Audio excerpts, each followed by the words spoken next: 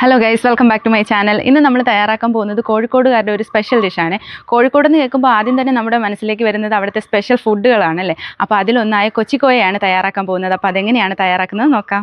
കുറച്ച് ചെറുപഴമാണ് ആദ്യം എടുത്തിരിക്കുന്നത്. അപ്പോൾ അത് നന്നായിട്ട് മിക്സ് ചെയ്തെടുക്കുവാണ്. നന്നായിട്ട് ഉടച്ചെടുക്കണം കേട്ടോ. അത് അപ്പോൾ ഞാനിത് നന്നായിട്ട് ഉടച്ചുകൊണ്ടിരിക്കുകയാണ്. അപ്പോൾ ഇത് ഉടച്ച് കഴിഞ്ഞതിന് ശേഷം നമുക്ക് ഉള്ളിയും പഞ്ചസാരയും കൂടി, ചെറിയ ഉള്ളിയാണ് എടുത്തിരിക്കുന്നത്, അതും പഞ്ചസാരയും കൂടി നന്നായിട്ട് മിക്സ് ചെയ്തെടുക്കണേ.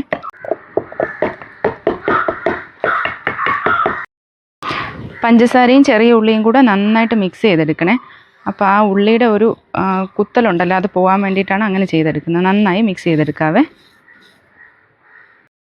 ഈ ഉള്ളിയാണ് ഇതിനൊരു ഫ്ലേവർ കൊടുക്കുന്നത് കേട്ടോ. അപ്പോൾ ഇത് നന്നായിട്ട് മിക്സ് ചെയ്തെടുക്കണേ. ഇതുപോലെ നന്നായിട്ട് മിക്സ് ചെയ്തെടുത്തിട്ടുണ്ട്. അപ്പോൾ ഇത് ഇനി നമുക്ക് ഇതിനകത്തേക്ക് ആഡ് ചെയ്യണം. കുറച്ച് സാധനങ്ങൾ കൂടി ഇതിൻ്റെ ഉള്ളിലേക്ക് ആഡ് ചെയ്യാനുണ്ട്. അപ്പോൾ അതെങ്ങനെയാണെന്ന് നോക്കാം. ഉള്ളിയും പഞ്ചസാരയും കൂടെ മിക്സ് ചെയ്തത് നമ്മൾ ഈ പഴത്തിനകത്തേക്ക് ഇടുവാണ് കേട്ടോ. ഉടച്ച് വെച്ചിരിക്കുന്ന പഴത്തിനകത്തേക്ക് ചേർത്ത് കൊടുക്കണേ. എന്നിട്ട് അത് നന്നായിട്ട് ഇളക്കി കൊടുക്കുക. ഇനി നമ്മൾ ഇഞ്ചിയുടെ നീരെടുത്ത് വെച്ചിട്ടുണ്ട്. അപ്പോൾ അതുകൂടി ഇതിൻ്റെ അകത്തേക്ക് ഒഴിച്ചു കൊടുക്കാം. കുറച്ച് മാത്രം ഒഴിച്ചാൽ മതി. അത് കഴിഞ്ഞതിന് ശേഷം നമ്മൾ എടുത്ത് വെച്ചിരിക്കുന്നത് അടുത്ത നാരങ്ങാ നീരാണ് കേട്ടോ.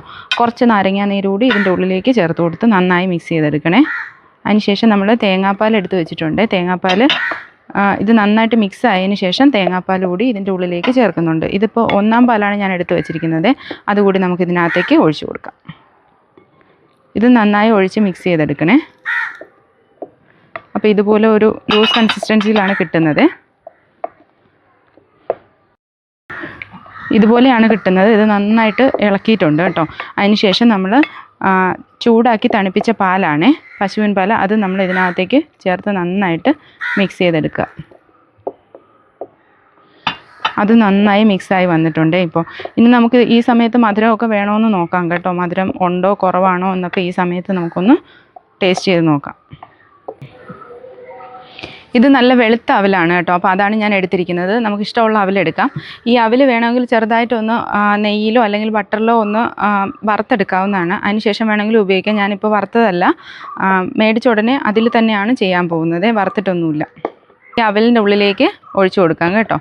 ആവശ്യത്തിന് ഒഴിച്ചിട്ട് നമുക്ക് കഴിക്കാവുന്നതാണ്. അപ്പോൾ ഞാനൊരു ട്രിവാൻഡ്രംകാരിയാണ്. എനിക്കും കറക്റ്റ് ഇതിൻ്റെ ടേസ്റ്റ് എന്താണെന്ന് അറിയില്ല. ഞാനും ആദ്യമായിട്ടാണ് കഴിക്കാൻ പോകുന്നത്. അപ്പോൾ അതിൻ്റെ ഒരു എക്സൈറ്റ്മെൻറ്റും കൂടി എനിക്കുണ്ട് കേട്ടോ.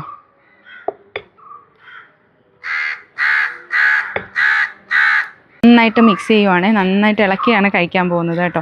അപ്പോൾ ആദ്യമായിട്ട് കഴിക്കുമ്പോൾ അത് എന്താ ടേസ്റ്റ് എന്നറിയാനുള്ള ഒരു ഇതുണ്ട് കേട്ടോ. അപ്പോൾ നമുക്കത് കഴിച്ച് നോക്കാം എങ്ങനെയുണ്ടെന്ന്.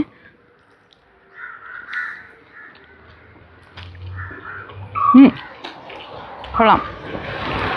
ഒരു പ്രത്യേക ടേസ്റ്റാണ് കേട്ടോ. ആ ഉള്ളിയുടെയും അതുപോലെ ഇഞ്ചിയുടെ ഫ്ലേവറും അതുപോലെ ചെറിയ ഒരു പുളിയൊക്കെ ഉണ്ട് കേട്ടോ. കൊള്ളാം, നല്ലതാണ്. അപ്പോൾ നിങ്ങൾക്ക് ഇഷ്ടപ്പെടുകയാണെങ്കിൽ വീട്ടിൽ ട്രൈ ചെയ്ത് നോക്കാനും കൂടി മറക്കല്ലേ. അടുത്ത വീഡിയോയിലൂടെ കാണുന്നത് വരെ ബൈ.